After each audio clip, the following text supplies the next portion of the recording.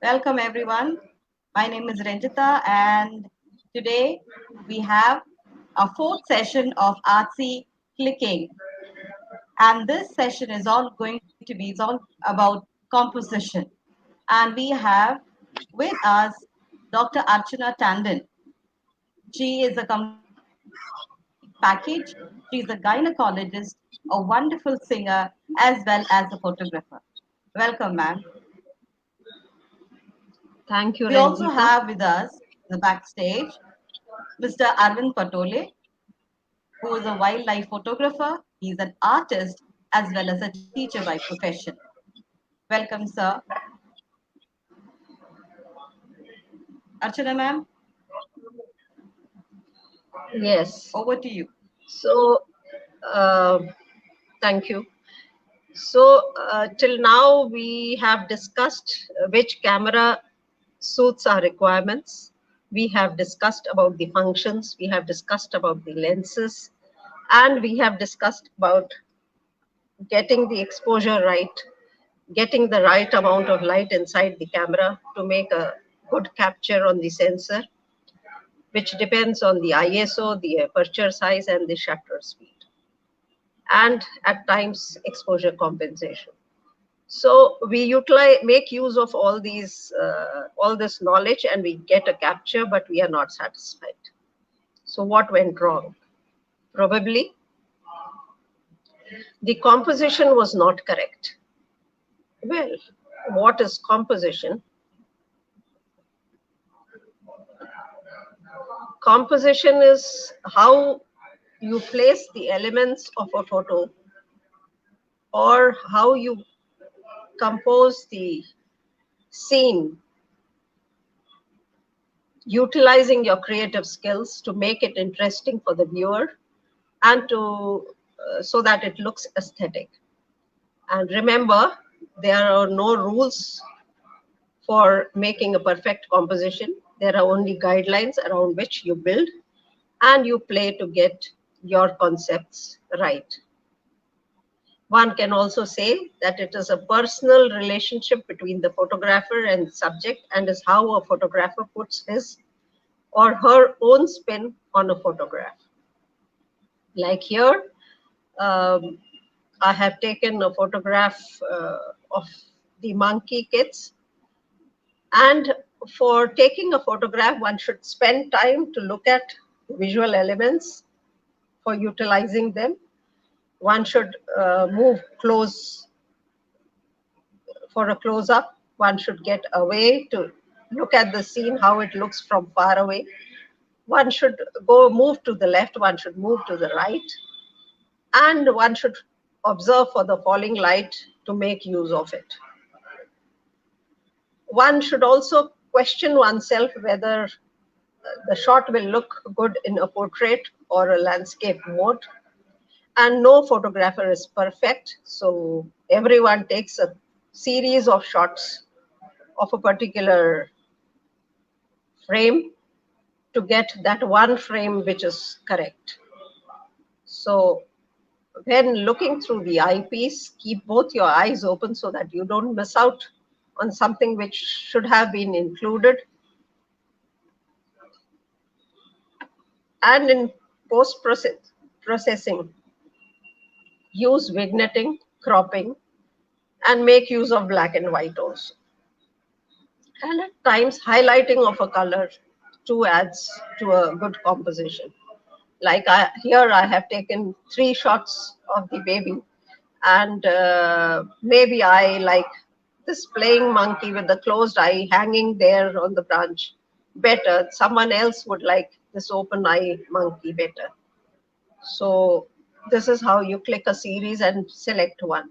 Next, this is a landscape that I took, but was not satisfied with the frame because one can see that the river ends here abruptly. The mountains too are cut here, and I wanted to move towards the right. There was a big uh, this hillock here, which I had to climb on, and then take another shot, the next one. because I wanted to capture the river in its whole length and wanted to see the horizon. So this is the next click. Here the river is seen to be disappearing and the horizon is seen. So this I consider as a better shot. But then I tried another shot also, and uh, where I could cut the hillock. But then that shot did not satisfy me, for I couldn't get any better view of the river. The previous shot was better. Then coming to the next line, the rule of thirds. So you divide the frame by two vertical and two horizontal lines, and this is called as rule of thirds. And you should see that at least one element is placed on these grids or on the intersections of these grids. So this rule of third is also utilized in landscapes. Like here, I have captured Zanskar River in the lower one thirds, and the whole frame I have captured the sand mountains to give a textured background to this beautiful color of Zanskar River.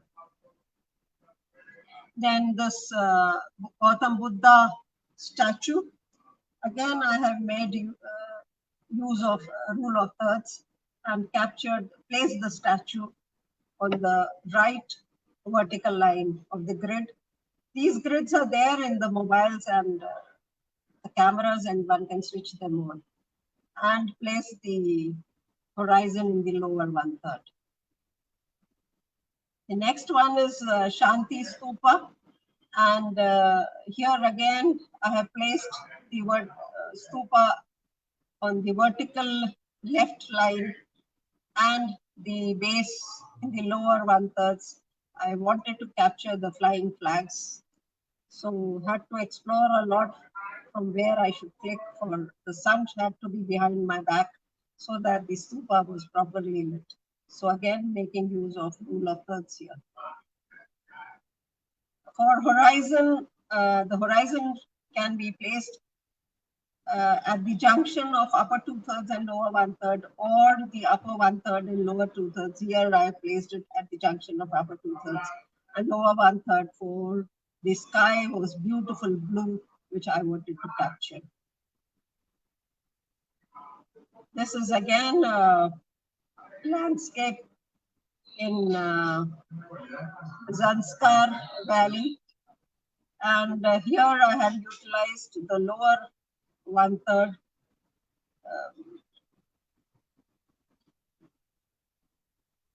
and the upper one two thirds have been utilized for the mountains and the sky. And the next, at times you have to break those rules or guidelines also to get a proper exposure. For here, if I had used lower this land in the lower one third, then it wouldn't have looked proper, for I wanted to capture these buildings also. So I placed the horizon somewhere in the middle. So if you're getting a proper capture by breaking those rules or utilizing some other method, you can make use of it, for they are just guidelines. Then the second guideline which is made use of for a good composition is leading lines. So what are leading lines? These are lines, like here you see the lines of a passage which lead the viewer's eye into and out of the frame. So lines may be man-made or natural. You can make use of bridges, roads, pathways, or you can click aerial shots or staircase for creating a passage and leading the viewer's eye. So this is Hall of Fame, which belongs to Indian Army and is a war memorial. And the leading lines are directly leading you towards the most important part of this frame, that is the war memorial. And this also houses a museum which is dedicated to the valiant soldiers who fought for our motherland. The next is a road, man-made road, which is leading the viewers up into the mountains, and this was the road which led to Pangong Lake. This passage from between the trees leading to the mountains appears to be as if leading you to the heaven. So this shows again leading line. This is another road I made use of by placing it in the right 1/3, and so that I could get the buildings too in the shot to give it an urban look.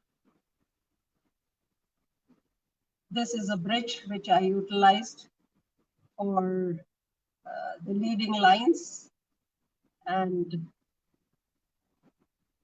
the next shot is an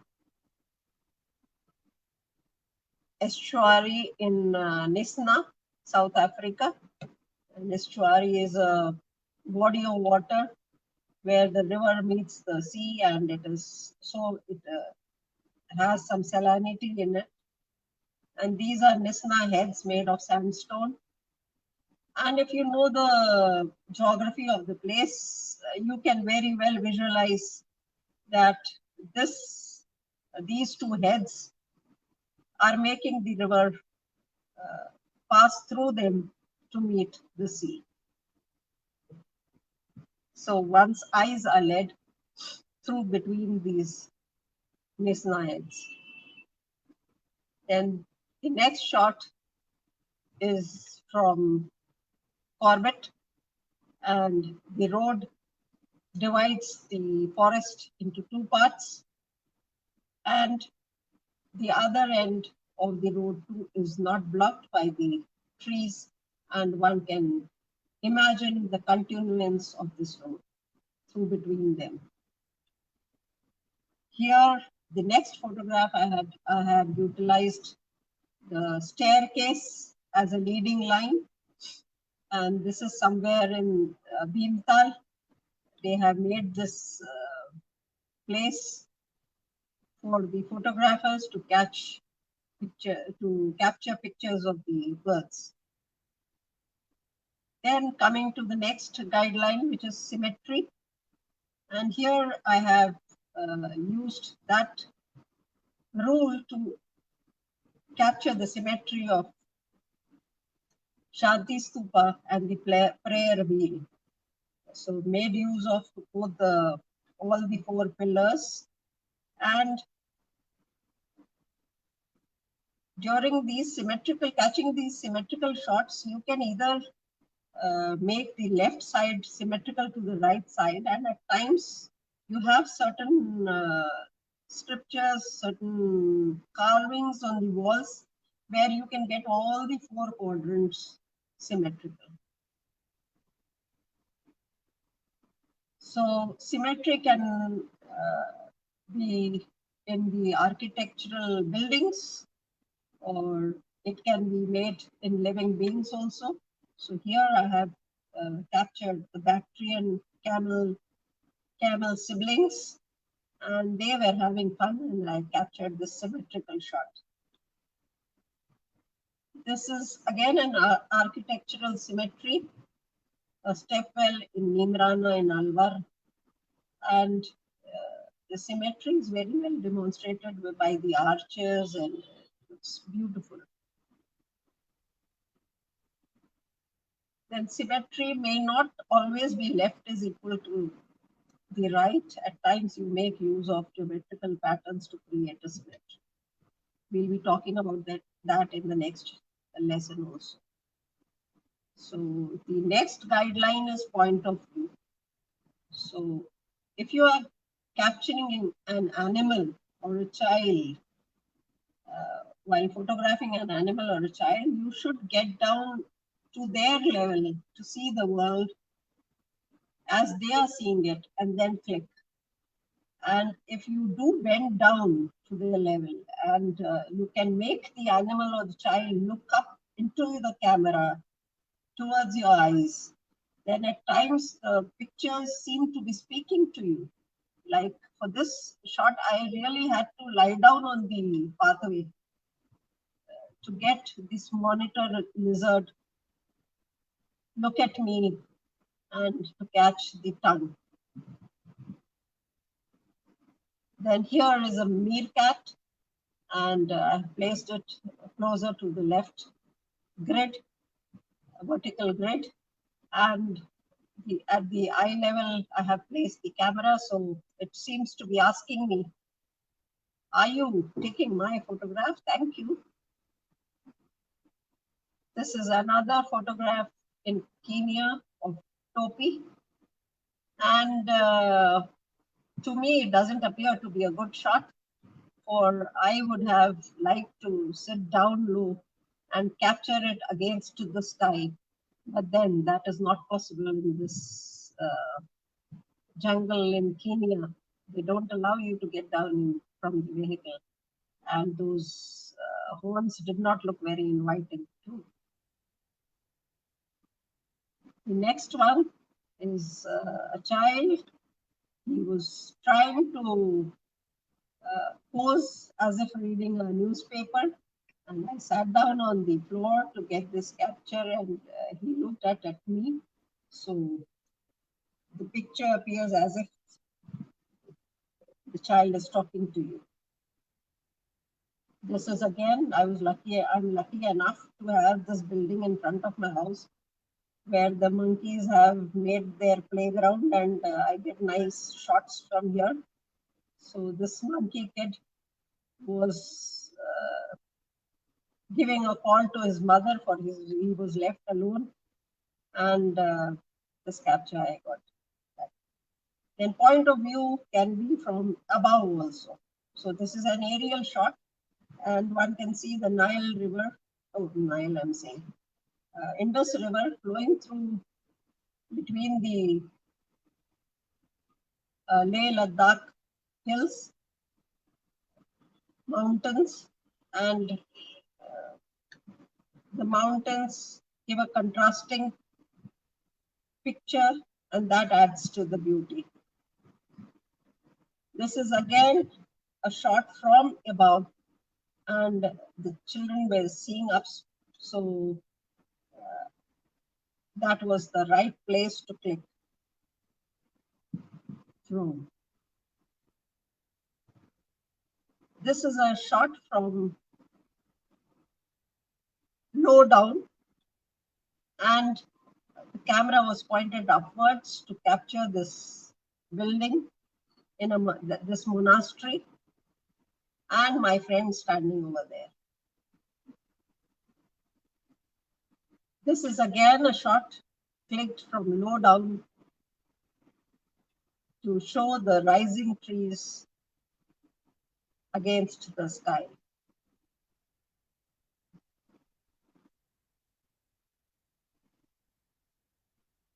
Point of view can also be increasing the angle of view, like this is a GoPro shot, and normally you're not able to capture both the banks of the river using a camera, but a GoPro shot is a 180-degree shot. So a convex lens that gives this view. Then the next guideline to make use of is simplicity. So the simpler your background, your picture is, making use of just couple of colors, and just a single subject, a single element, and such pictures are usually preferred in hotels or in offices. And this shot was taken in Langkawi, and God was I should thank God for this shot. For it's not very often that you capture an aeroplane and a ship moving towards the sun. I was the shot which I got here. This is again a shot of moon during the daytime, and I had to lower the aperture to 22 to reduce the light to get that moon correctly. And if I had captured the moon itself, the shot, the frame would not have looked as good as when I captured this kite with the moon, as if I was holding the moon onto the kite and flying it. So I had to wait for quite some time for this kite. It was at times away from the moon, from on the left side, on the right side, and then there was a moment when it was properly placed and I got the shot. Similarly, I got this shot. I had to wait for quite some time for this. This is again moon during daytime, and I wanted a bird to come just at the edge of the moon as if carrying the moon on itself. And this shot I could get. So framing, simplicity, just two colors, and framing the shot is important. This is again a very simple shot, as if life is emerging from green color indicates life, and it is emerging from this darkened brown background. This is again a very simple shot, just a boat in Nainital. The color of the sail provides some magic to this photograph, and the two people to add on to this composition. So with this, I end my talk, and now I would request Ranjita, who is a very good photographer and is very good at macro, to take over the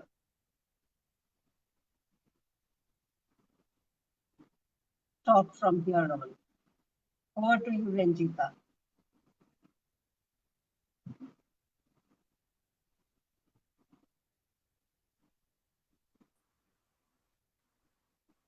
Thank you, ma'am. Can you show the Ranjita, slides? are you muted? We can't hear you. No, I'm not muted, ma'am.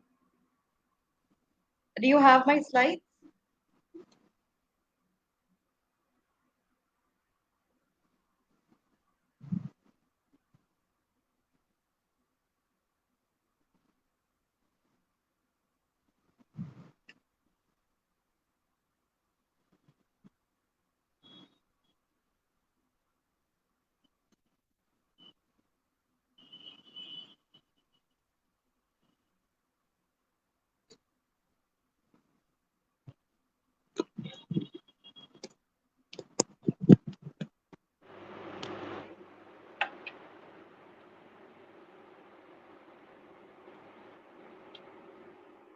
So, Archana ma'am, thank you so much for teaching us about composition.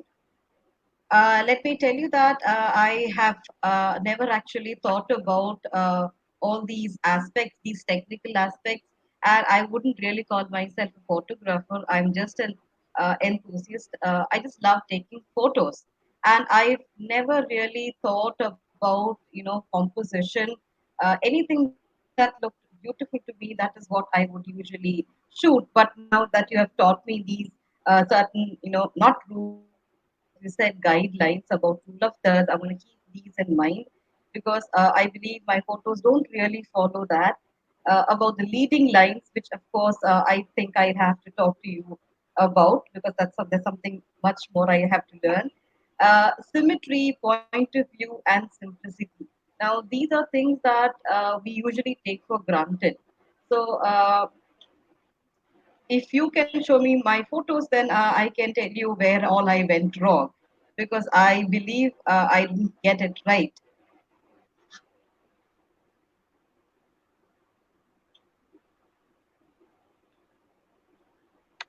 Now, while you're getting my photos, can you tell me, ma'am, how you began to learn? Because I would like to learn more about, photography and how you learned all about it.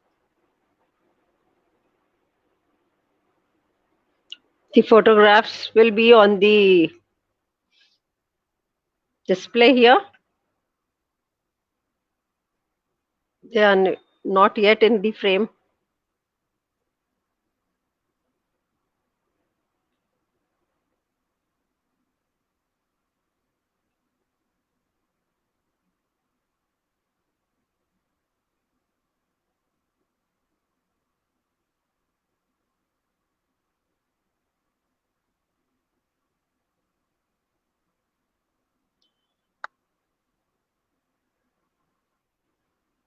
Your photographs are not coming up.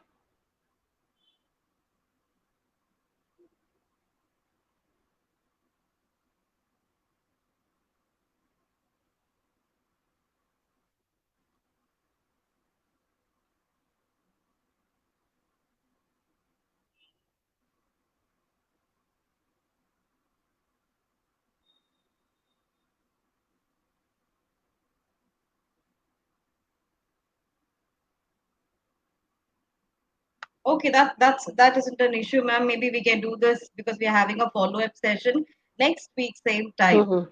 Maybe we can do it next week. So let's So can you tell next me week some? we'll next week we'll be having we'll be discussing about guidelines on utilizing shapes, utilizing patterns, utilizing the rule of threes, using repetition, framing, and visual consistency for creating a good composition. So I hope that through my photographs, I was able to demonstrate what the guidelines mean and how to make use of guidelines to get that perfect composition. So we covered uh, ru- exploring the uh, frame, then we covered the rule of thirds, then we covered leading lines, then symmetry, and then finally simplicity. So I hope that the talk was helpful and you will be able to utilize these guidelines for creating your shots. Thank you so If much, there are Archana, any ma'am. questions, you are all invited to put them in the comment box. You can also WhatsApp me on my WhatsApp number 7599295951, or you can email the questions at tandanarchana@gmail.com, TANDONARCHANA @gmail.com. For any help, I'm always there. Over to you, Ranjita. Thank you, Dr. Archana. I know that we have learned a lot. Being a beginner myself, this has been extremely useful, and I hope I'll be able to keep all of these in mind when I click my next shot. So, thank you everyone for joining with us this week, and hopefully, we'll see you next week for another session of composition. Like Archana ma'am said, we'll have more panelists here, like Dr. Arvind, and if lucky, we'll also have Dr. Hanswarji as well. So, thank you all for joining in. Have a wonderful weekend. Thank you, Ranjita.